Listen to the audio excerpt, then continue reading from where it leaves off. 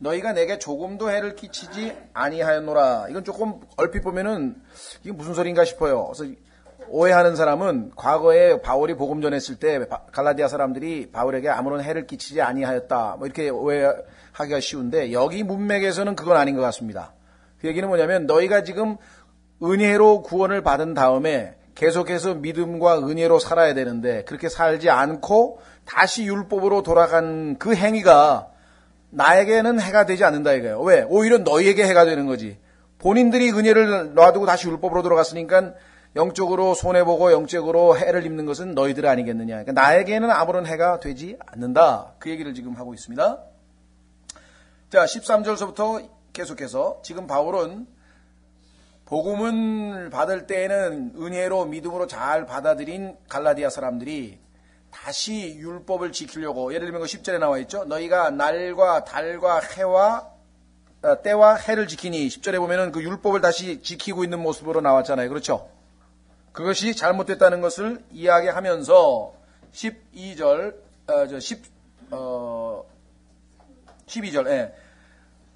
내가 조금도 해를 끼치지 아니하였노라. 이렇게 지금 얘기를 했죠. 그러니까 이들이 율법으로 되돌아간 행위가 10절에 나와 있어요. 그것이 11절에 보면은 나에게는 잘못하면 헛수고, 예를 들면 너희를 은혜로 인도했는데 다시 옛날로 돌아갔으니까 헛수고했을까봐 두렵다. 그러나 나에게 해를 끼친 것은 아니다. 그 얘기를 했고요. 13절에 너희가 알거니와 내가 처음에 육체의 연약함을 통해 너희에게 복음을 선포하였노라. 사도행전에 보면은 이 갈라디아 지역에 가서 복음을 전할 때 사도 바울이 굉장히 몸이 육체적으로 아팠습니다. 근데 그 아픈 게 무엇인지는 성경에 정확하게 나와 있지는 않아요. 여기 보시면은 14절 내 육체 안에 나를 시험하는 것이 있었으되, 자, 그게 뭐였을까? 너희가 그것을 업신여기지 아니하고, 자, 사도 바울이 나약한 모습을 보였을 때죠. 그러나 그걸 무시하지 아니, 업신여기지 아니하고 거부하지도 아니하며 오히려 나를 하나님의 천사같이 곧 그리스도 예수님같이 받아들였도다. 그렇게 나약한 모습으로 정말 힘이 없이 고통 가운데 내가 너에게 복음을 전했던 과거에, 그 시절에도 너희가 나를 그렇게 기쁨으로 은혜를 전해주는, 하나님의 말씀을 전해주는 사람으로 나를 받아들였던 자들인데, 지금 와서 내가 더 담대하게 너에게 진리를 전한다고 해서 나를 지금 배척하느냐? 이거 뭐가 좀 잘못된 거 아니냐? 그 얘기를 하고 있죠. 15절. 그런데 너희가 말하던 그 복된 일이 어디 있느냐? 내가 너에게 전했을 때 너희가 그렇게 많은 복을 받았다고, 정말 하나님이 주시는 축복을 받았다고, 그렇죠? 에베소서 1장 3절에 보면은 우리가 예수님을 믿는 순간에 하나님께서 하늘에 있는, 천상에 있는 모든 영적인 것으로 우리에게 복을 주셨다라고 성경에 기록되어 있죠.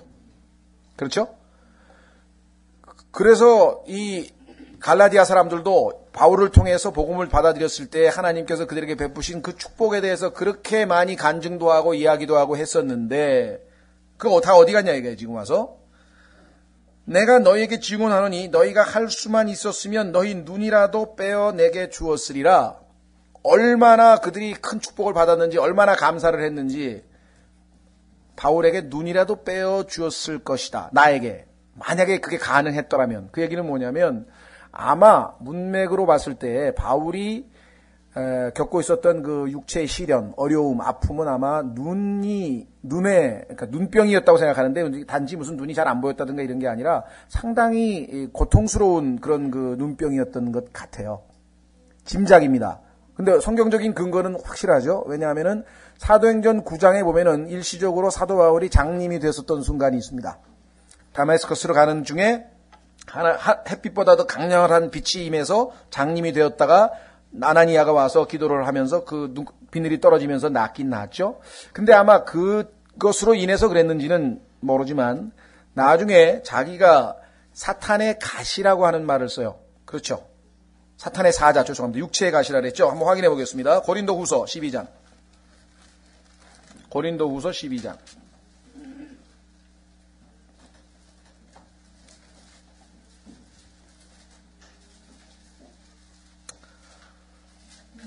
자, 고린도후서 12장에 보시면은요, 사도 바울이 자기가 너무 자고하지 않도록, 교만하지 않도록 하기 위해서 하나님께서 자기에게 어려움을 주셨다는 얘기를 하는데 그 내용에 대해서 이렇게 얘기합니다. 7절 고린도후서 12장 7절에 계시들이 넘침으로 말미암아 내가 분량 이상으로 높여지지 않게 하시려고 주께서 내게 육체 안에 가시 곧 사탄의 사자를 주사 나를 치게 하셨으니. 자, 그런데 이 육체 안에 가시란 말인데 육체 어느 부분에 가시가 있었다는 소리냐? 근데 성경에 보니까 여호수아하고 민수기일 거예요. 제가 지금 성경 구절을 적어놨는데 기억이 지금 아마 나중에 확인하면 말씀드리겠습니다만은 눈에 가시 같은 존재란 말도 우리 쓰죠. 그렇죠? 눈에 가시. 눈에 가시가 들어가면 너무너무 아프잖아요. 그죠? 그래서 이때 육체의 가시는 눈의 가시였을 것이다. 왜냐하면 성경에 그런 표현이 구약에 2번이나 나와요. 그래서 성경으로 우리가 찾아서 확인해 보니까 눈에 가시 같은 존재가 될 것이다. 예를 들면 너희들이 이스라엘 백성들이 가나안 땅으로 들어갈 때 하나님께서 멸하라고 하신 모든 이방 족속들을 싹 멸해서 그들의 아주 우상 숭배로부터 그들의 타락한 도덕적 타락으로부터 잘못된 사상으로부터 오염되지 않도록 그들을 완전히 제거하라 그랬는데 만약에 다 제거하지 않고 일부라도 남겨두면 나중에 너희에게 마치 눈의 가시처럼 그들이 너희를 괴롭힐 것이다. 이렇게 하나님이 말씀하신 장면이 성경에 나오고. 아하, 그러니까 바울에게도 아마 이것이 눈의 가시가 아니었겠는가. 그러니까 눈을 빼주린다는 얘기가 나오지 않겠느냐. 그렇죠. 그래서 짐작입니다. 정확하게 바울이 겪었던 육체적인 고통이 무엇인지는 성경에 안 나와 있지만 그래서 대부분의 사람들은 아마 눈과 관련된 것일 것이다. 실제적으로 바울은 눈이 얼마나 안 좋았는지 성경을 기록할 때 보면은요, 자기가 직접 눈이 안 보이니까 잘 못 써가지고 딕테이션을 시켰어요. 받아쓰기를 시켰다고. 그래가지고 하나님 말씀을 자기가 주시는 영감을 통해서 말을 하면 다른 사람들이 받아 적은 다음에 맨 끝에 나 바울은 이제 서명하노라 하면서 이제 그런 게 가끔 나와요. 그러다가 좀 상태가 좋아지면 내가 얼마나 큰 글자로 직접 썼는지 너희가 보라. 그러니까 어떤 성경의 바울 서신 중에서 어떤 거는 직접 쓴 적도 있어요. 그런 게 가끔 표현이 나와요. 그러니까 눈이 상당히 문제가 있었다는 건 성경적으로 근거가 있겠죠. 예. 그래서 이거 가지고 막 또 뭐 눈이 아니고 뭐 간질이라는 사람도 있고 뭐 그래서 성경에 없는 얘기를 억지로 만들어낼 필요는 뭐가 있어요. 우리는 성경으로 봤을 때는 눈일 가능성이 높다는 정도에서 그쳐야지 자꾸 이런 그 호기심을 가지고 성경을 대하면 안 됩니다. 하나님의 말씀을 듣고 내가 순종해서 하나님을 영화롭게 하는 게 성경 공부하는 목적이지 여기서 막 뭐 이상한 걸 하나 캐내가지고 신기한 거를 알아내려고 하는 거 그거 안 돼요. 히브리서 13장 9절에 거기에 대해서 경고가 나와 있어요. 이상한 음식에 그죠? 이리저리 occupied 점령당한 사람들 아주 성경에서 어렵고 난제 있잖아요. 그런 것만 아주 그냥 파헤치는 사람들 그건 건전치 못한 신앙생활이라고 성경에 분명하게 나와 있습니다. 성경을 읽으시다가 어떤 분들은 어려운 부분이 나오면 그것 때문에 큰 고민하면서 그거를 해결하려고 그러는데 그건 잘못된 태도입니다. 성경 읽다가 어려운 부분이 나오면 기도해보고 그래도 잘 모르겠으면 뭐 누구에게 물어보기도 하지만 일단 넘어가는 거예요. 계속해서. 누굴 말 맞다나 지금 맛있는 생선을 먹는데 생선 먹다가 가시 나왔다고 나 이제 안 먹을 거야. 그러거든. 가시는 뽑아내고 계속 먹어야지. 그렇죠? 네, 그렇게 해서 계속 먹어가는. 나중에 우리가 영적인 성장 수준에 맞게 하나님께서 어려운 구절들도 풀리게 해주시는 거지 당장 모든 걸 다 할 수는 없는 거거든요. 심지어는 예수님을 그렇게 가까이서 모셨던 베드로도 바울이 쓴 종말론에 관한 글을 읽고 내가 봐도 어려워서 잘 모르겠다. 함부로 풀면 안 된다. 이러고 베드로 후서에다 경고를 했는데 그렇죠. 우리가 성경 모르는 거는 지극히 당연한 거고 성경을 깨달은 거는 은혜고 성경에 보니까 자 그래서 여기 지금 과거에 사랑했던 너희가 나를 그렇게도 사랑했던 시절이 있지 않았느냐. 그러니까 바울은 지금 교리적으로 무슨 그 여러 가지 형태로 지금 잘못 율법으로 되돌아간 이 사람들을, 이 갈라디아 사람들을 정상적으로 다시 하나님의 은혜로 육신을 쫓아 사는 갈라디아 사람들을 다시 영적인 사람으로 인도하기 위해서 다양한 각도에서 지금 권면을 하고 있는데 그 중에 하나는 뭐냐면 너희하고 나하고의 얼마나 서로 사랑하는 형제 관계였는데 그 지금 개인적인 호소까지 지금 통원하고 있는 것이. 그렇죠? 그래서 16절 그런즉 내가 너희에게 진리를 말함으로 너희의 원수가 되었느냐? 그렇습니다. 진리를 말하여 원수가 된 경우 많습니다. 이 땅에서도요. 올바른 얘기해가지고 쫓겨난 사람 얘기 많아요. 그렇죠? 우리 아까 지금 없는 모양인데 아까 그 경신이 아버지 경우도 군대에서 아주 이빠른 소리 잘해가지고 진급도 잘 안 되고 그냥 부대에서 뭐 조금만 잘못된 거 있으면 그렇게 하면 안 됩니다. 그렇게 하면 안 됩니다. 그러면 안 좋아하죠. 그렇죠? 그러니까 그리스도인들도 진리를 말하게 되면은 그것을 거부하는 사람들에게는 잘못하면은 미움의 어떤 그 빌미가 되어버리는 거예요. 바울도 지금 갈라디아 너희들이 뭐예요? 너희들이 지금 어떻게 됐어? 진리에 순종치 아니하고 지금 잘못된 길로 가고 있다 이런 거죠. 그래서 그것을 지적을 했는데 만약에 너희가 나의 말을 듣고 안 고치고 계속 거부하면은 내가 진리를 말함으로 너희가 나를 미워하는 원수가 되겠느냐 이런 얘기. 성경에 보니까 엘리야도 아합 앞에서 진리를 얘기했다가 아합의 원수가 됐고요. 진리를 얘기했다가 미움을 산 경우는 많이 있습니다. 그리스도인들도 때로는 이걸 각오해야죠. 그렇죠? 어쩔 수 없습니다. 자, 그러니 17절 그들이 너희를 열심히 사모하나 좋지 아니하니라. 자, 그들은 뭐냐면요. 이들을 예수 그리스도의 은혜로 구원받은 이들에게 와서 야, 십계명을 지켜야 돼. 야, 할례를 받아야 돼. 야, 하나님께서 그 모세에게 그 안식일을 지키라는데 그거 안 지키면 되겠냐? 하면서 이들로 하여금 율법을 사모하게 율법으로 돌아가게끔 했던 그들인데 그들이 너희에게 그렇게 열심히 찾아온 이유가 올바른 동기에서 너희에게 유익을 주기 위해서 하나님께 영광을 돌리기 위해서 온 거 아니야. 그거는 순전히 자기 사적인 자기 편에 한 명 더 끌어들이려고 하는 건데 너희 그것도 모르냐. 거의 이단들은 다 그렇습니다. 바울은 자기 편으로 삼기 위해서 이 사람들에게 복음을 전해서 구원시킨 게 아니에요. 예수 그리스도께로 정원시키기 위해서 예수 그리스도께로 인도한 거예요. 자기는 그렇죠? 근데 이 사람들은 그게 아니야. 예수님께로 가는 게 아니라 자기 편에 끌어들여서 자기네 그룹을 더 크게 만들고 더 그렇게 해야 돼요. 참으로 그들은 너희가 자기들을 사모하게 하려고 만약에 어떤 사역자가 사역을 했는데 그 사람을 사모하게 만들면 이건 위험한 사람입니다. 예수 그리스도를 사모하게 만들어야죠. 그렇죠? 대부분의 사람들이 좀 유명해지고 이렇게 막 그런 그 목회자들이 주저앉게 된 거는요. 전부 다 이 교만 때문에 그러거든요. 그 중에 하나는 뭐냐면 자기를 주목하게 만들면 안 돼요. 예수 그리스도와 하나님의 말씀을 주목하게 해야 그 사람이 올바른 왜? 자기가 주인공이 아니잖아요. 침례인 요한이 왔을 때 나를 봐라 말이야. 낙타털을 막 이상한 거 옷 입고 와가지고 막 그러면 아니죠. 나는 줄어들어야 되겠고 쇠하여야 되겠고 예수 그리스도는 흥하여야 되겠다. 내가 주인공이 아니다 이게. 주인공은 곧 무대에 나오신다 이거예요. 예? 자, 그래서 그 사람들이 너희에게 잘못된 동기로 전혀 옳지 않은 동기로 왔는데 너희가 속고 있다는 얘기를 합니다. 그래서 너희를 어떻게 해요? 떼어놓으려 하는도다. 예수 그리스도로부터 떼어내가지고 자기들에게로 오게 하려고 하는 거니까 조심하라. 18절 그러나 좋은 일로 열심히 사모함을 받는 것은 내가 너희와 함께 있을 때뿐만 아니라 언제라도 좋으니라. 좋은 일로 다시 말하면 내가 아니더라도 어떤 사람이 와서 너희에게 예수 그리스도를 더욱 알게 해주고 성령의 열매를 더욱 맺게 해주고 너희로 하여금 더욱더 헌신되게 하고 그렇게 해서 예수님께로 더 한 발자국이라도 인도한다면 그건 좋은 거다 이거예요. 만약에 그 사람들이 그런 식으로 너희를 도와줬다면 그렇죠? 나는 내가 있을 때든 없을 때든 찬성이다 이거예요.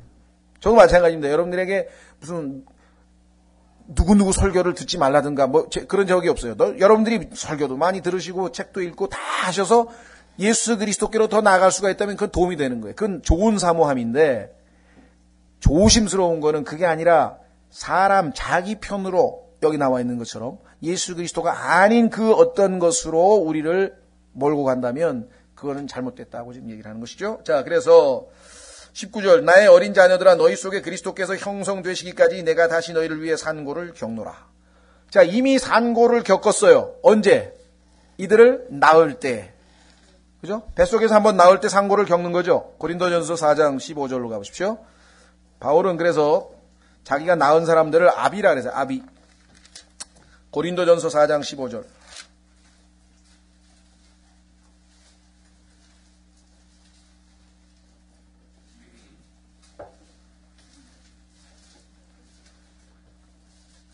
고린도전서 4장 15절.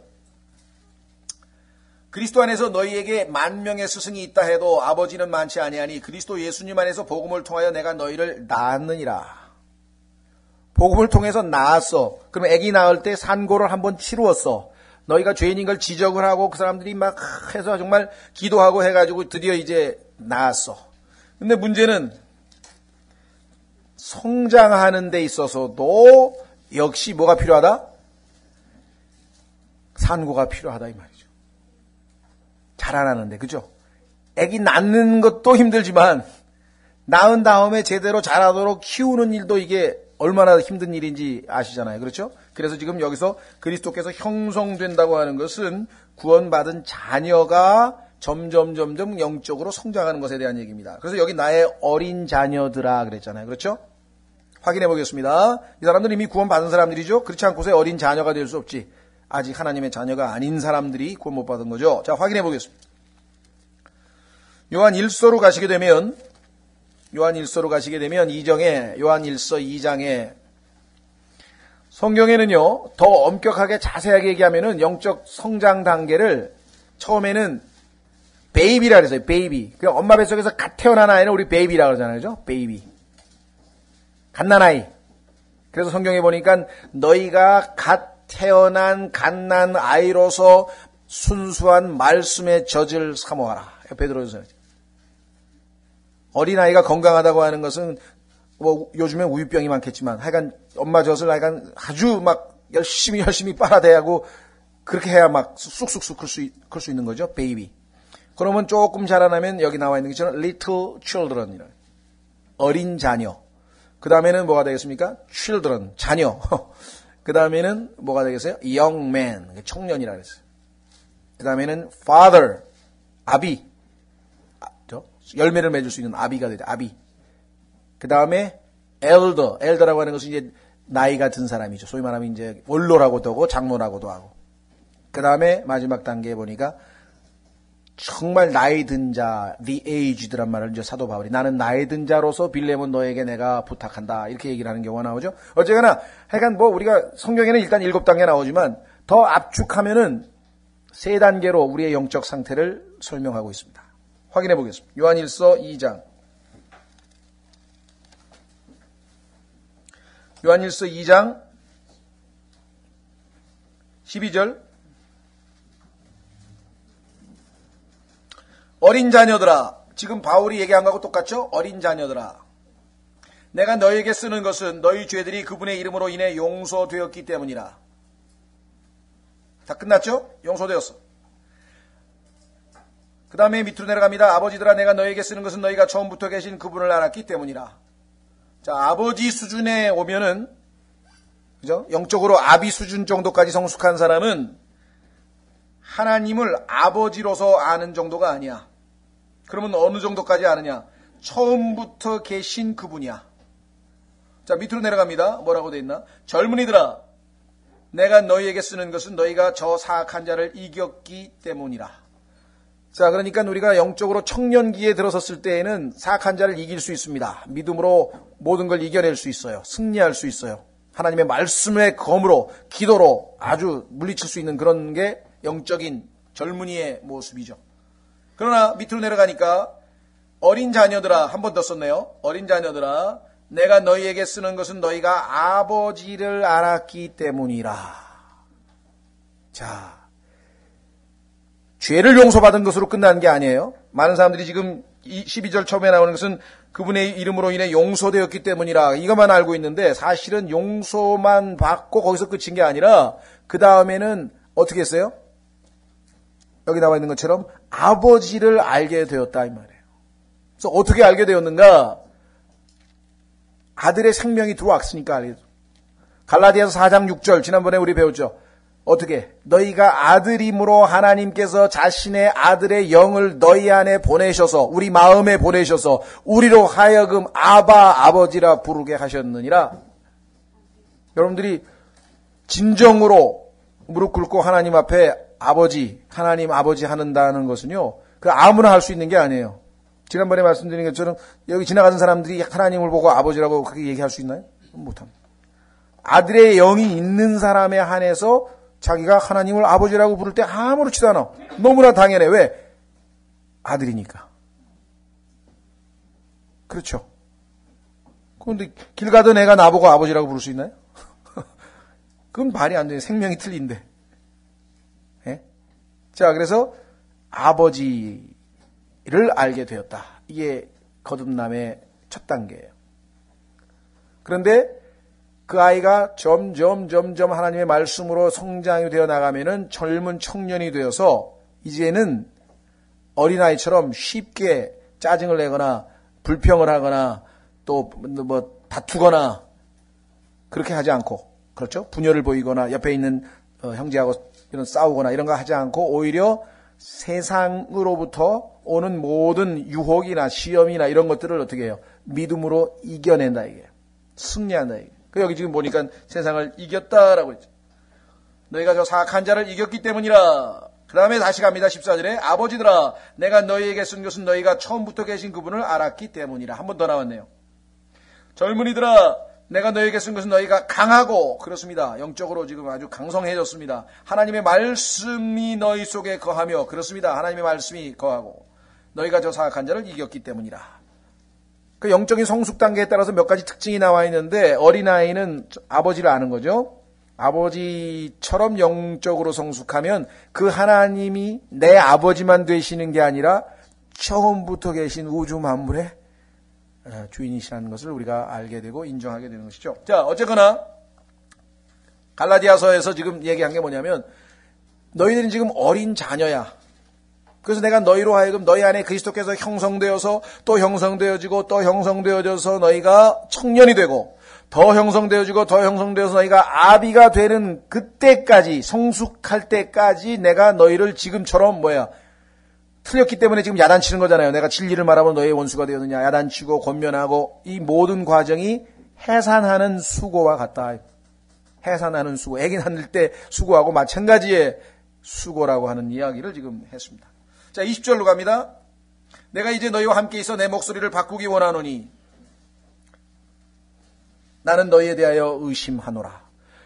과거에 나를 그렇게 사랑했던 너희가 지금 취하고 있는 태도를 보니까 아무래도 의심이 간다. 그래서 차라리 내가 너희와 어떻게 하기를 원한다고요? 함께 있기를 원한다. 우리도 그렇죠. 어떤 사람이 좀 뭔가 이상하면 직접 만나서 한번 얘기를 해보면 그 사람이 의사소통이 더 잘 될 수가 있겠죠. 그래서 차라리 내가 그러고 싶다 이야기를 하고 있는 것입니다. 내게 말하라. 율법 아래 있고자 하는 자들아 너희가 율법을 듣지 아니하느냐? 너희가 그렇게도 율법 아래 있고 싶어? 그런데 그 율법이 뭔데? 율법을 잘 알고 있어? 율법의 특징이 뭔데? 너희가 원하는 대로 너희가 희망하는 것을 율법이 제공해 줄 줄 아느냐? 아니더라 이거죠. 오히려 우리 속박에 자유가 아닌 노예로 만들어버리는 게 율법인데 어떻게 돼서 너희는 율법에 대해서 그렇게 잘못 이해하고 있느냐? 그 얘기를 지금 하고 있는 거예요. 자, 그래서 그 다음에 그 유명한 성경에 알레고리라고 하는 말이 여기 언급되어 있습니다. 자, 보세요. 22절에 기록된 바 아브라함에게 두 아들이 있으니 구약성경 창세기에 기록되어 있죠. 두 아들이 있는데 하나는 노예 여종에게서 났으며 다른 하나는 자유로운 여자에게서 났다 하였느니라. 그러나 노예 여자에게서 난 자는 육체를 따라 태어났고 자유로운 여자에게서 난 자는 약속으로 말미암았느니라. 그것들은 풍요니. 자, 이 풍요라고 하는 단어, 이 알레고리라고 하는 것은요, 성경에서 가장 유명한 알레고리가 바로 이 알레고리고요. 일반 문학에서는 이 존 버년의 철로 역정이라고 하는 책이 이 풍요의 형식으로 쓰여져 있어요. 거기 보면은 뭐 게으름도 등장하고 사람 이름이 게으름이야. 그게 뭐냐면 그 사람이 행동하는 전체가 게으름을 예표하고 있는 거야. 또 어떤 사람은 진리, 그 다음에 어떤 사람은 속임수, 그 이름 자체가 다 그 역할을 담당하는 거죠. 자, 실제로 구약 성경에 보니까 아브라함이라고 하는 사람이 살았는데 이 아브라함이라고 하는 사람에 대해서 성경에 하나님께서 쭉 기록하는데 그 중에 한 사건은 하나님께서 풍요적으로 해석을 하도 그런 진리를 가르쳐 주기 위해서 그 사건이 있었다는 거죠. 그럼 모든 성경을 다 이런 식으로 해석할 수 있느냐? 그렇지 않아요. 그러면 이제 큰일 나는 거야. 그건 이제 갖다 붙이는 거야, 자기가.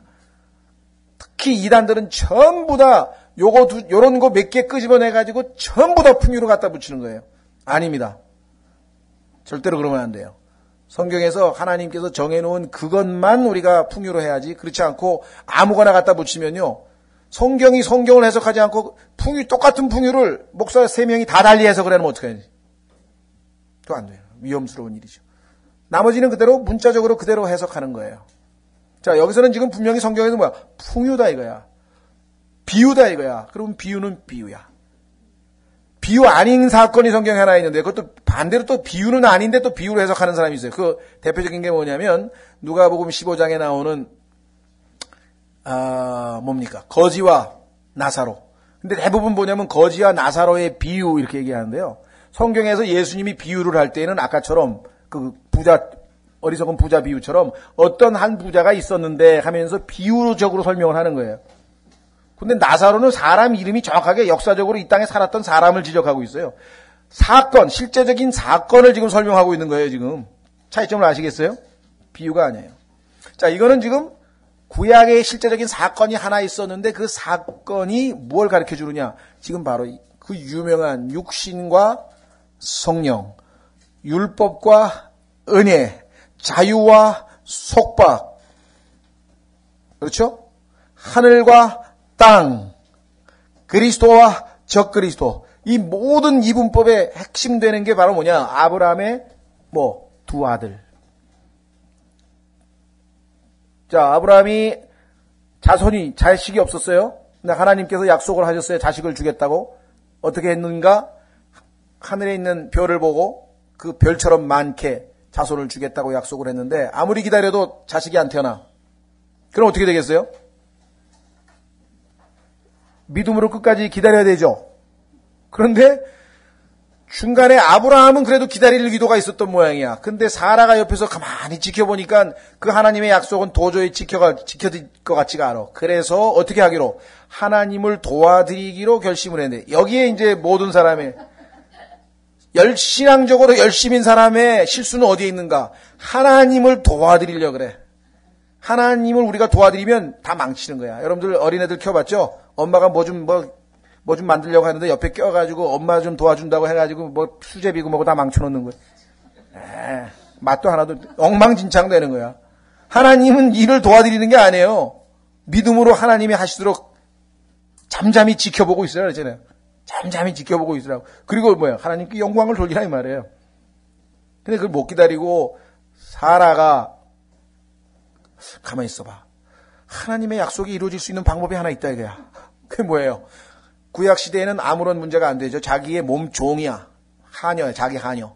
그래서 하갈에게 네가 내 남편에게 들어가서 자식을 낳아주면 옛날로 치면 그걸 시바지라 그랬나요? 우리나라에도. 그렇게 해가지고 그러면 법적으로 뭐예요? 그 아이가 사라의 아들이 되는 거예요. 그래서 나에게 아들을 안겨달라 이렇게. 그래서 아브라함에게 이 얘기를 했는데 아브라함이 어떻게 돼야 됩니까? 거절을 했어야죠.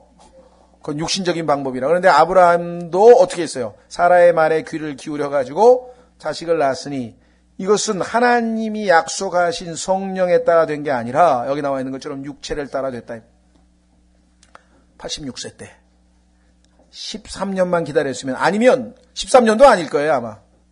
어쩌면 아주 하나님이 딱 역사하시려고 하는 그 순간에 그런 일을 저질렀는지도 몰라. 그래서 하나님께서는 아브라함에게 그 대가를 치르도록 하셨는데 13년간 하나님께서 아브라함에게 나타나셨다는 말이 성경에 없어요. 그전에는 하나님께서 아브라함과 자주 나타나셔서 교제한 내용이 많이 나오거든요. 근데 13년 동안 전혀 하나님께서 나타나지는 않으셨어요. 아브라함과 교제가 끊어져 버렸어요. 그러다가 하나님께서 다시 은혜로 이제 99세에 약속을 해가지고 100세에 드디어 아들을 얻게 되는데 그 아들이 바로 이삭이죠. 이것은 하나님의 약속에 의해서. 그 다음에 두 번째, 불가능한 상황에서 이루어진 거죠. 왜? 아브라함도 그렇고 사라도 그렇고 소위 말하면 의학적으로 봤을 때 아이를 낳을 수 없는 상태라 이 말이에요. 정상적으로 아이를 낳을 수 없는 상태였는데도 불구하고 하나님께서 약속하셔서 그 둘이 드디어 아이들을 초자연적인 방법으로 낳았죠. 그렇죠? 마찬가지입니다. 죄인이 구원받는 것도 불가능한 거예요. 안 되는 거예요. 우리가 아무리 노력하고 아무리 애를 쓰고도 불가능하지만 하나님께서 성령으로 말미암아 가능하게 하는 초자연적인 방법으로 가능한 거죠. 자, 그래서 여기 보시면 쉽습니다. 이해가 쭉쭉 됩니다. 23절, 그러나 노예 여자에게서 하갈이죠. 난 자는 육체를 따라 태어났고 자유로운 여자에게서 난 자는 약속으로 말미암았느니라. 그것들은 풍윤이 이 여자들은 두 언약이라. 그러니까 이 두 언약에 대해서 언약을 대표하고 있구나. 이 여자 둘이. 하나는 신의 산에서 나와 종이 되게 하는 자녀 곧 하갈이라. 이게 율법이라 이 말이에요. 신의 산에서 율법을 받았죠. 율법을 받는 순간에 율법이 가져올 저주를 상징하듯이 온 천지가 진동하면서 막 하나님의 진노가 그냥 거기 임했대. 왜? 그 율법에 비춰보니까 이스라엘 민족은 전혀 율법하고는 거리가 멀잖아요. 그래서 율법은 여기 나와 있는 것처럼 쭉 여기 나중에 이제 보겠습니다만은 율법이 하는 일. 정확하게 진단해서 잘못됐다는 것을 지적을 하고 하지 말라, 금지를 하고, 그 다음에 죄를 지은 자는 어떻게 돼요? 죄인을 정죄하고, 계속해서 뭐뭐 하라 요구하고, 계속해서 하나만 지키면 안 돼. 613가지를 하나도 안 어기고 죽을 때까지 계속 지켜야 되는. 그 다음에 못 지키면 어떻게 돼요? 저주, 심판. 그 다음에 입을 다물게 한다는 얘기는 뭐냐면요. 율법을 딱 읽어보니까 할 말이 없어. 왜? 죄인이다, 이게 나는. 더 이상 변명이 필요 없다는 거죠. 그래서 하나님께서 율법을 주셔서 모든 사람이 입을 막아버렸대. 그 다음에 최고의 인간적으로 봤을 때 최고로 뛰어나고 훌륭한 사람도 율법은 정죄를 해. 그 사람이 누구예요? 바울이었잖아요.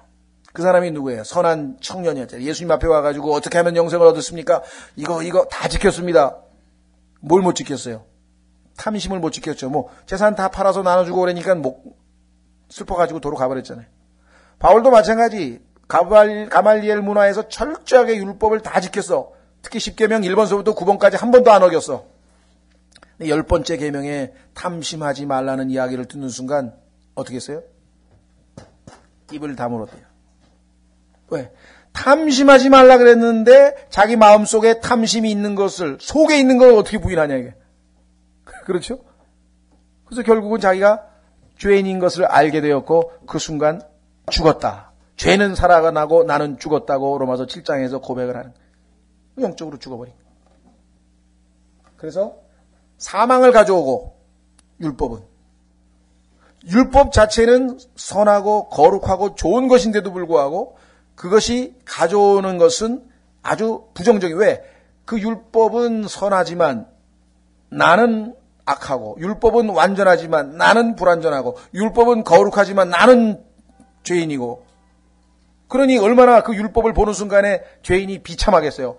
정죄만 있고 희망이 안 보이잖아요. 희망이 앞이 캄캄한 거예요. 율법 앞에 딱 서 있으면은. 그렇죠?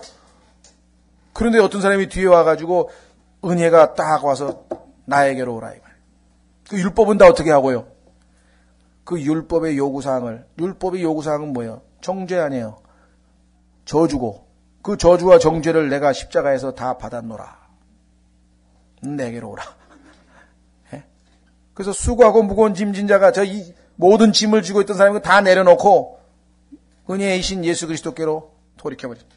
자, 그래서 두 언약인데요. 하나는 신의 산에서 나와 종이 되게 하는 자녀 곧 하갈이라.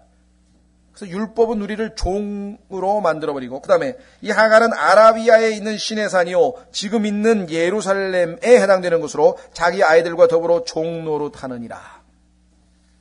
그래서 율법을 지키는 자는 스스로 자기가 종임을 입증하는 거예요. 그러나 우리는 아들이 된 이후에는 종이 아니기 때문에 주인이 우리를 부려먹을 수가 없죠. 26절. 그러나 위에 있는 예루살렘, 새 예루살렘, 자유로운 자니 곧 우리 모두의 어머니라. 여러분들 계시록에 보면요, 예수 그리스도의 아내, 그죠? 예수 그리스도의 아내가 하늘에서 내려오는데 새 예루살렘이 내려와요. 그렇죠? 어떤 분은 이상하다. 새 예루살렘이 성경에 보니까 아내로 되어 있는데 또 여기는 어머니라고 되어 있어요. 확인해 보겠습니다. 계시록 22장, 21장.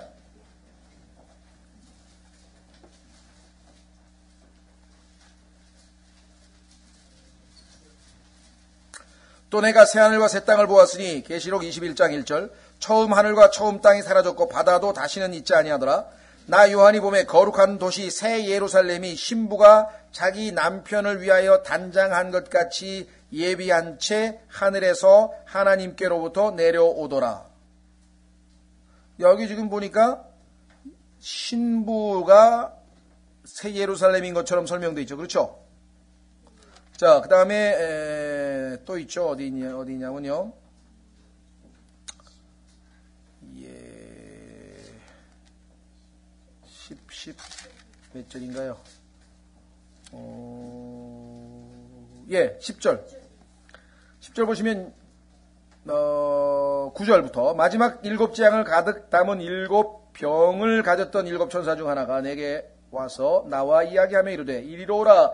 내가 신부 곧 어린 양의 아내를 내게 보여주리라 하고 영 안에서 나를 데리고 크고 높은 산에 이르러 하늘에서 하나님께로부터 내려오는 저 큰 도시 곧 거룩한 예루살렘을 내게 보여주니. 그러면 신부였다가 결혼식을 끝내고 아내가 됐다. 그것까지 이해가 돼. 아내나 신부나. 근데 왜 또 여기는 어머니라 그러냐 이게. 어렵죠, 그렇죠? 제가 볼 때는 새 예루살렘 도시 자체가 신부고 아내가 아니고 사실은 거기에 거처할 자들이 예수 그리스도의 신부고 아내이기 때문에 거처할 장소, 다시 말해 새 예루살렘 성 자체는 여기 나와 있는 것처럼 어머니고 그 안에 거주하는 자가 신부가 아닌가. 그냥 그게 추측할 수밖에 없어요. 왜냐하면 성경에 그렇게 나와 있기 때문에.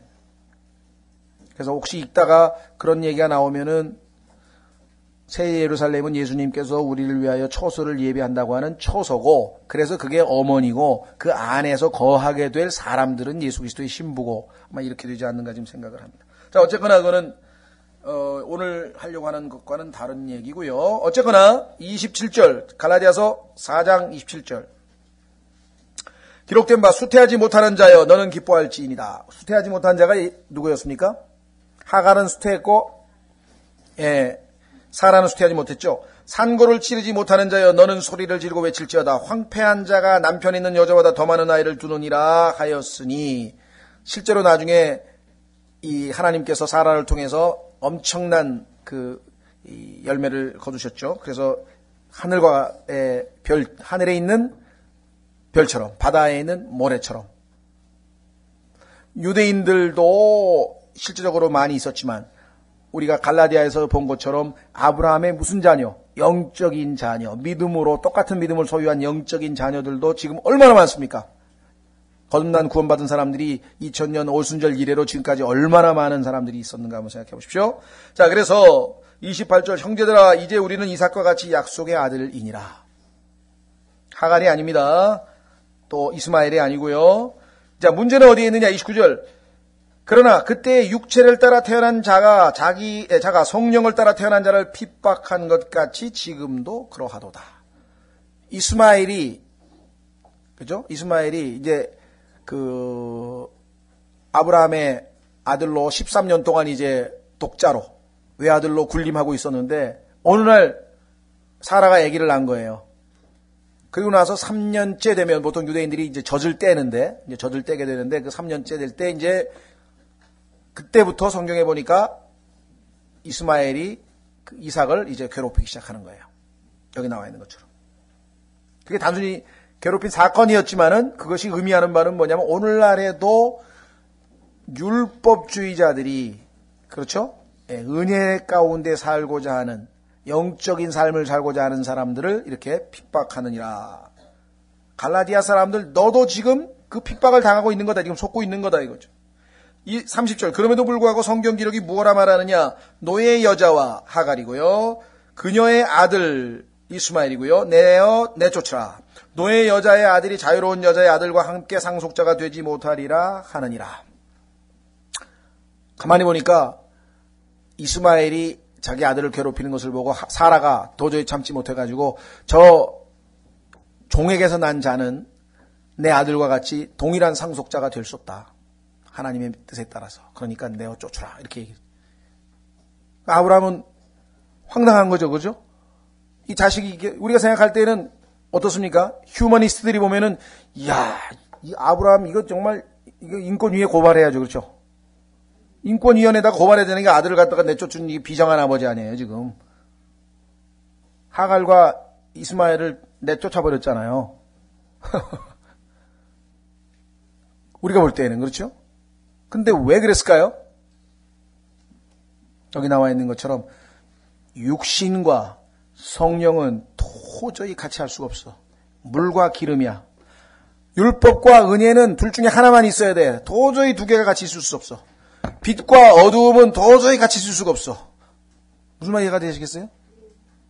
구원받은 사람은 지금 빛 가운데 들어와서 다시 어둠으로 들어가? 자유를 얻은 사람이 다시 노예가 돼? 은혜 가운데 있는 사람이 다시 율법을 지켜? 그럴 리가 없다고 하지만 그리스도인들 중에 얼마나 많은 사람들이 지난번에도 말씀드렸지만요. 해야만 한다에 걸려 있어. 뭐뭐 해야만 한다. 뭐뭐 해야만 한다. 뭐뭐 해야만 한다. 해야만 하기 때문에 여러분이 뭔가를 했다면 그는 주님과 아무 상관이 없는 겁니다. 그것이 정말 훌륭하게 해야만 한 것을 여러분들이 많이 했으면요. 우리가 생각할 때는 다 의로운 행위죠. 그렇죠? 올바른 해야만 한 걸 했으니까 의무. 그러나 하나님 보시기에는 다 그게 뭐예요? 더러운 누더기와 같다. 왜? 육에서 난 것은 육이기 때문에. 육으로 육신적인 것으로 추악한 죄를 지을 수도 있지만요. 도덕적으로 잘할 수도 있어요. 그래도 역시 뭐라고요? 육이다 이 말이에요. 그리스도인이 되고 난 다음에 빠져드는 위험이 바로 이거다. 야, 예수 그리스도를 믿었구나. 그러면은 내가 해야 될 게 뭐지? 하지 말아야 될 게 뭐지? 새로운 율법을 자기가 만드는 거야. 술 먹으면 안 되고, 담배 피우면 안 되고, 뭐 하면 안 되고, 뭐 하면 안 되고. 그다음에 성경 하루에 읽어야 되고, 기도도 해야 되고, 주일에 교회 가야 되고, 전도 일주일에 한 번씩 해야 되고, 뭐 해야 되고. 이게 그 자체가 나쁜 건 아니에요. 내가 주님을 너무나 사랑하기 때문에, 너무나 기쁘기 때문에 규칙적으로 내가 이렇게 훈련을 잘해서 기쁜 마음으로 하려고 하는 거면은 그렇게 해도 상관없어요. 근데 그게 아니라 이거를 안 하면 안 된다는 의무감이나 책임감에서 한다면, 두려움에서 한다면 하나님하고는 아무 관계가 없다는 것이에요. 이게 여러분들 똑같은 일을 했는데 한 사람은 성령을 쫓아서 했고 겉보기는 몰라요 그거를. 똑같은 일을 했는데 하나는 육신을 쫓아 했고 그거 언제 나중에 드러납니까? 지금은 알 수 없다 그랬죠. 그렇죠. 한번 확인해 보겠습니다. 고린도전서 4장으로. 고린도전서 4장에 가면요. 지금은 몰라. 그래서 우리가 함부로 판단하면 안 돼. 어떤 사람들은 아무에게나 가가지고 말이죠. 고린도전서 4장 5절입니다. 죄송합니다. 아까 15절에 하죠. 아무나 가가지고 너 그거 육신적이라고 막 우리가 어떨 때는 얘기할 때가 있는데 너무나 육신적일 때는 금방 알아보죠. 그러나 함부로 우리가 그냥 판단할 수는 없다. 또 어떤 사람이 아무것도 안 하고 있을 때도 우리가 마찬가지고. 보세요. 뭐라고 얘기하나? 3절부터. 그러나 내가 너에게 판단을 받거나 사람의 판단으로 판단을 받는 것이 내게는 매우 작은 일이니라. 누가 판단하면요. 판단하시라 그러세요. 왜? 하나님 앞에 올바로 판단받을 날이 오니까 지금 뭐 잘못 판단받아도 상관없다 이거죠. 오해를 받던 비방을 받던 무슨 소리를 듣던 무슨 상관이냐 이거예요. 어차피 올바른 판단이 내릴 날이 올 텐데. 보세요. 참으로 나는 내 자신을 판단하지 아니하노니 나 스스로 판단받을 아무것도 알지 못하노라. 내가 하나님 앞에 양심이 깨끗해. 내가 아무 판단받을 일이 없어. 그러나 이로써 내가 의롭게 되지는 아니하였나니 내 양심에 한 번도 나는 꺼리키게 산 적이 없어. 그런 사람이 있어요. 안 믿는 사람 중에. 그렇다고 그 사람이 의로운 거냐? 아니에요. 왜? 자기도 못 보는 부분이 있거든. 저 밑에 무의식 쪽에 가려져 있는 숨은 의도가 있었거든. 자기는 모르지. 그러나 하나님은 아셔요. 보세요. 오직 나를 판단하시는 이는 주시니라. 그럼 언제 판단하나 보세요. 지금은 그냥 니네들이 살고 싶은 대로 살라고 내버려둬요. 5절. 그러므로 주께서 오실 때까지 때가 이르기 전에 아무것도 판단하지 말라. 그분께서 어둠에 감추어진 일들을 빛으로 가져가시고 마음의 의도들을 드러내시리니 그때 네가 헌금 많이 했는데 알고 보니까 축복받고 싶어서 그거를 내면 내가 너한테 더 복을 많이 줄 거라고 그거 계산하고 했구나. 요거 나중에 들통날 수도 있다 이게. 그냥 구령 많이 했는데 알고 보니까 교회에서 목사가 이 사람 구령 많이 했습니다 하고 막 칭찬해가지고 내가 요번에 한번 칭찬을 받으리라 그러고 했다 이거야. 예를 들면. 그러니까 이렇게 얘기하면 그럼 나 오늘부터 아무것도 안 한다. 그게 아니에요. 아무것도 안 하면 꽝이야. 아무것도 안 남어. 이왕 하려면 하나님 앞에 떳떳한 의도를 가지고 하라 이거예요. 주님 나는 정말 이거 하기 싫습니다. 왜? 내 몸도 찌뿌둥하고 만사가 귀찮고 그냥 잠이나 잤으면 좋겠는데 그런데 주님 이 시간에 주님 기뻐하시기 때문에 내가 내 몸을 드리겠습니다. 밖에 나가서 내가 1시간 동안 열심히 전도 돌리겠습니다. 힘 주시고 만나는 사람 얼굴 안 찡그리고 잘 받게 해주시고 기도하고 믿음으로 딱 나가서 했다 이게. 좀 받아주시는 거예요. 보세요. 마음의 의도들을 드러내시니 그때야 비로소 각 사람이 하나님으로부터 칭찬을 받으리라. 아무도 몰라요. 여기서 뭐 날구 기구 막 신앙생활을 해봐야 나중에 꽝이 나오는 사람이 있고 그렇죠? 뭐 아무것도 안 한 사람 같은데 나중에 하나님 앞에 턱 상 받는 사람도 나타날 것이고 예? 금과 은과 보석인지 나무와 풀과 그루터기인지 그건 모른다. 질, 퀄리티 그것도 모른다. 자, 그래서 우리는 다시 갈라디아서 5장으로 와서 어떻게 했느냐. 쫓으라 그랬네. 쫓으라고. 내어 쫓으라. 너의 여자의 아들이 자유로운 여자의 아들과 함께 상속자가 되지 못하리라 하느니라. 그런즉 우리들은 형제들아 이처럼 우리는 노예 여자의 아이가 아니요 자유로운 자의 아이니라. 그렇다면 당연히 자유를 누려야 되지 않느냐. 5장 1절만 보세요. 그리스도께서 우리를 자유롭게 하려고 자유를 주셨으니 그러므로 그 안에 굳게 서고 다시는 속박의 멍에를 매지 말라. 만약에 여러분들이 교회 올 때, 예배당 올 때 기분이 굉장히 좋아가지고 왔다. 왜? 지난주에는 뭐 기도도 많이 했지, 성경도 많이 읽었지, 내가 특별히 보니까 뭐 성질 낸 것도 몇 개 없는 것 같고, 하여간 모든 면에서 봤을 때 상당히 괜찮게 산 것 같아, 일주일 동안. 야, 그래서 기분이 좋아서 왔어. 그게 잘못됐다는. 그 자기 의의를 가지고 하나님 앞에 나설 수 있느냐? 그게 아니라. 에? 하나님께서 정말 은혜를 주셔서 내가 어떻게 하나님이 그런 일을 하셨구나. 그런 사람은 교회 올 때 뭐예요? 여전히 그럼에도 불구하고 내가 하나님 앞에 나갈 수 있는 근거는 뭐예요? 예수 그리스도의 의, 예수 그리스도의 보배로운 피를 힘입어서 내가 오늘 주 앞에 나왔습니다. 이런 자세로 우리가 주 앞에 나올 수 있는 거지, 자기가 행한 자기 의의를 가지고 하나님 앞에 나올 수 없다. 그렇게 되기 때문에 율법을 쫓아 사는 사람들은 나중에 보면 다 교만하고 다 망가져 버리는 거예요. 왜? 자기 의를 내세우니까. 그렇게 되면 어떻게 됐습니까? 와보니까 기분이 좋아가지고, 형제! 지난주에 몇 명 구령했어? 자기가 좀 했다 이거지. 기도했어?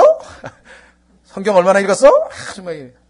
그런 사람은요, 그 다음 주에 하나님께서 어떻게 하시는지 아세요? 김을 빼. 성령께서 아무런 역사도 안 하면 죽을 쓰는 거야, 이제.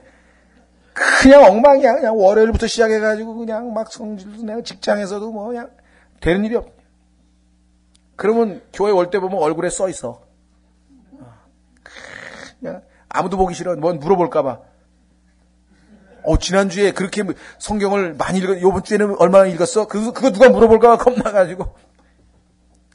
자기 행위에 의존하는 게, 이게 지금 율법이, 그죠? 하나님께서 나를 통해서 은혜롭게 모든 일을 이루시면은요, 주님에게 올 때도 올바른, 왜? 예수 그리스도의 보배로운 피를, 왜? 그게 하나님이 나에게 이루어내신 의지, 내가 행한 게 아니잖아. 자랑하려면 주를 자랑해. 와서 겸손하게 주님의 보배로운 피로 주님 앞에 나왔는데, 지난 일주일간 정말 주님이 너무나 엄청난 기적을 일으키셨습니다. 왜? 내가 육신적으로라면 도저히 할 수 없는 일을 주님께서 이루셨으니 감사합니다. 제가 정말 더 순종하고 더 주님께서 내어드릴 때 주님이 원하시면 하실 수 있다는 믿음을 배웠습니다. 그죠? 나는 도저히 못할 것 같았는데 주님께서 내 안에서 역사하시니까 되더라 이거죠. 하나님을 드높이게 된, 하나님께 영광을 돌리는 것이죠. 자, 그래서 우리는 이 두 가지를 통해서 다음 시간에 제가 이 도표를 좀 만들어서 드리겠습니다. 지금 18가지인데요. 이거는 닥터 니한이라고 해서 의사 출신의 아주 유명한 그 복음주의자고 라디오 방송 설교를 오래 했던 그 미국의 한 목회자가 그 율법과 은혜를 이렇게 정리를 했는데 보니까 18가지를 구분을 해놨더라고요. 지금 제가 8가지만 아까 필기를 하다 말았는데 비교가 되죠? 율법은 금지시켜요. 해서는 안 된다, 해서는 안 된다. 여기는 하나님께서 계속 주셔요. 제공해 주세요. 금지하는 게 아니라 계속 주시는 거예요. 죄인을 정죄하고 죄인을 구속해요. 하라 그랬는데 여기는 뭐예요? 다 이루었다. 다 됐다. 이미 끝났다 이거예요. 할 필요 없어. 내가 다 했어. 예수님이 넌 할 필요 하나도 없어. 내가 다 해놨어. 예?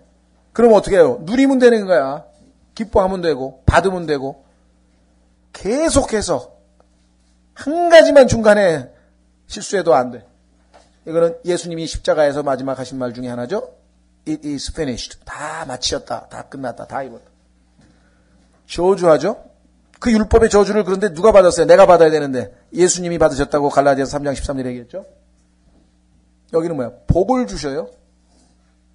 축복을 하시고 입을 다물게 하고 구원받은 사람은 어떻게 돼요? 입을 열어 찬양하죠. 누구든지 주의 이름을 부르는 자들은 구원을 받으리라. 그렇게 성경에 로마서에 나왔는데 그 다음에 뭐라 그랬어요? 그 다음에 부끄러워하지 아니한다. 누구든지 주의 이름을 부르는 사람들은 구원을 받는데 그 사람들은 예수 그리스도를 부끄러워하지 않아요. 그럼 어떻게 돼요? 입으로 시인한다. 그렇죠? 그 다음에 최고의 죄인을 최고의 인간, 아주 최고의 사람이라도 비교해보니까 안 돼. 이 땅에서 제일 높은 산이 에베레스트인가요? 8844. 그 비행기 타고 내려보면 아무것도 아니야. 그러니까 하나님의 요구에는 어차피 안 돼. 정죄야. 그런데 은혜는 최악의 죄인도 어떻게 구원한다. 여기 자꾸만 갚으라는 거예요. 빚을 갚으라는 거예요. 예수님이 뭐예요? 다 갚았다. 그래 부활하신 거예요. 왜? 빚을 더 이상 갚을 것이 없기 때문에 예수님 부활하신 거예요. 그렇죠?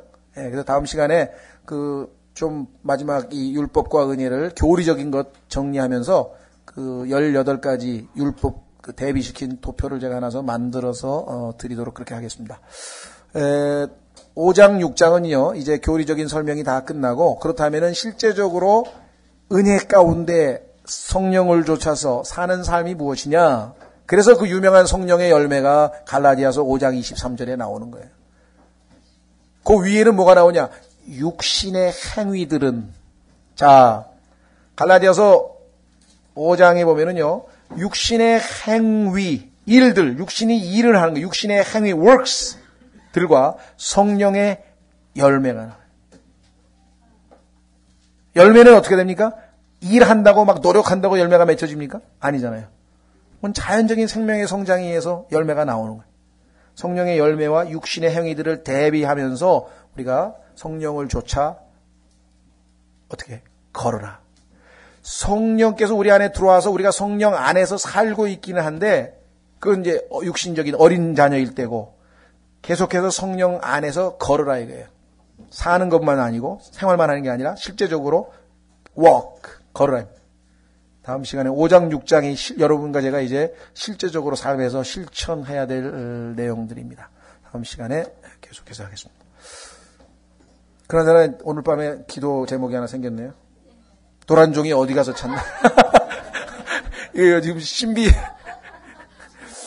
이건 경건의 신비가 아니고 무슨 신비가 벌어지긴 벌어졌는데 10년 동안 하면서 처음 있는 벌어진